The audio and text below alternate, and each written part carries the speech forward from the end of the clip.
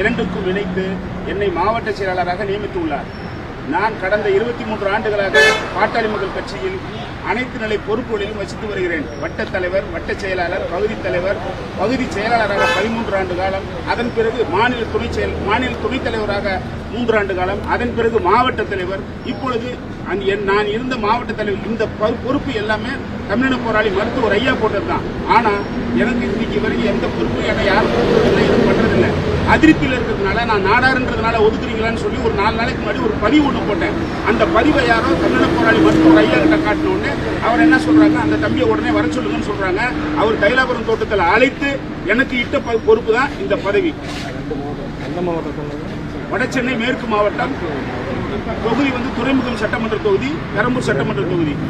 இந்த 2 தொகுதிக்கும் சேர்த்து மாவட்ட செயலாளராக மருத்துவர் ஐயா அவர்கள் அறிவித்துள்ளார்கள். இவர் வைகை சரவணன் நாடார். சமூக நீதி போராளி மருத்துவர் ஐயாவால் இன்று தென்சென்னை கிழக்கு மாவட்ட தலைவர் பொறுப்பு ஐயா வழங்கியிருக்காங்க. நான் கடந்த 22 ஆண்டுகளாக நம்ம கட்சியில் இருக்கேன். நான் ஒரு இஸ்லாமிய சமுதாயத்தை சேர்ந்தவன். என்னோட பேர் ஷேக் அப்துல் என் பேர். நான் பகுதி துணைத் தலைவராக இருந்திருக்கேன், பகுதி தலைவராக இருந்திருக்கேன், கிழக்கு மாவட்ட தலைவராக நான் பொறுப்பேற்றேன். அதுக்கப்புறம் ஐயா சிறுபான்மை பிரிவில் சென்னை மாவட்டத்தில் தலைவராக என்ன போட்டாங்க. ஐயா மீண்டும் எனக்கு தென்சென்னை கிழக்கு மாவட்ட தலைவர் பொறுப்பை போட்டிருக்காங்க. ஐயாவுக்கு நான் நன்றி சொல்றேன். மயிலை அரிமா கா ஆறுமுகம். கடந்த 13 ஆண்டு காலமாக பகுதி செயலாளராக சமூக நீதி போராளி மருத்துவர் ஐயா அவர்களிடம் கட்டளை ஏற்று மருத்துவர் சின்னையா அவர்களின் வழிகாட்டுதல்படி எனது பணியை முழுமையாக தொடர்ச்சியாக பணியை தொடர்வேன் என்று எவ்வாறெல்லாம் சிறப்பாக நடைபெற வேண்டும் என்பது குறித்து ஐயா அவர்கள் சிலப்பதிகாரத்தை படித்தவன் என்ற முறையிலே அதற்கான விளக்கங்களை எல்லாம் கேட்டார்கள், எடுத்து சொல்லி இருக்கிறோம்.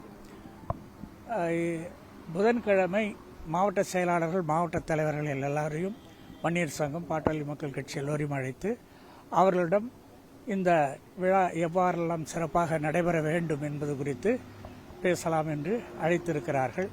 அந்த கூட்டத்திற்கு பின்னால் அந்த மாநாட்டு பணிகளை மேற்கொள்வார்கள். இடையிலே கட்சிக்கு ஒரு எம்எல்ஏ தொகுதிக்கு 2000 பேர் வீதம், ஒவ்வொருவரும் 50 வாக்குகளை எப்படி பெறுவது என்பது குறித்தும் ஏற்கனவே பேசியிருக்கிறோம். அது குறித்தும் வருகின்ற மாவட்ட செயலாளர்கள் தலைவர்களுக்கு எடுத்து சொல்ல இருக்கிறார்கள். ஆக இந்த 2 செய்திகளை மட்டும்தான் இன்றைக்கு பேசினோம்.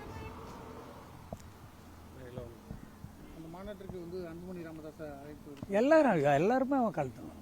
ஐயா தான் அந்த எப்படி இருந்தாலும் எல்லாரும் கலந்துக்கினா தானே சிறப்பாக இருக்கும். குறிப்பாக பெண்களுக்கு அதிகமாகிட்டே இருக்குது. சட்டமன்ற உறுப்பினருடைய பதவியெல்லாம் சட்டமன்ற உறுப்பினருடைய மாவட்ட செயலாளர் அறிவிக்கப்பட்டு வேறொரு கொடுக்கப்பட்டுள்ளது. சேலம் மாவட்டம் பொறுப்பா, அதாவது பொறுப்பாளர்களை அவர்கள் போடுகிறார்கள் என்றால் அவர்களுக்குள்ள போட்டி போட்டுக்கிட்டு பணிகளை செய்ய வேண்டும் என்பதற்காக இருக்கிற இதுவாக இருக்கலாம். அதனால் எதுவாக இருந்தாலும் பாட்டாளி மக்கள் கட்சியினுடைய வளர்ச்சி, தேர்தலில் வெற்றி பெறுவது, இந்த கட்சியினுடைய அருமை பெருமைகள் உணர்ந்த பொறுப்பாளர்கள் எல்லோருமே அதை நோக்கித்தான் பயணப்படுவார்கள். அதில் எந்த சந்தேகமும் வேணாம்.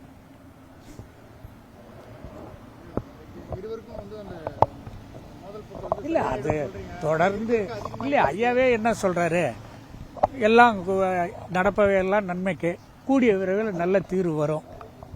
எல்லாத்துக்கும் ஒரு காலகட்டம் இருக்கு இல்லையா, அந்த காலகட்டத்தில் தான் இப்போ போயிட்டு இருக்கு.